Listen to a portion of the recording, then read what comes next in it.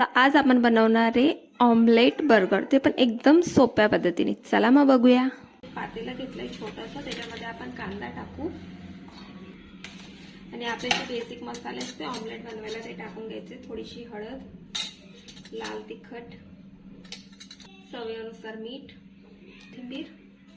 तर हे सगळ्याला पहिले हलवून घ्यायचंय आणि अंडे फोडून घ्यायचे, त्याला चांगलं हलवून घ्यायचंय।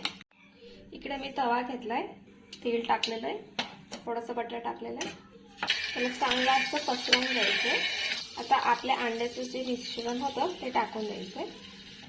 आपलं ऑमलेट तयार झालंय, त्याला साईडला काढून घेऊ। याच तव्यावर आपण आपले बर्गरचे पाव सुद्धा भाजून घेऊ।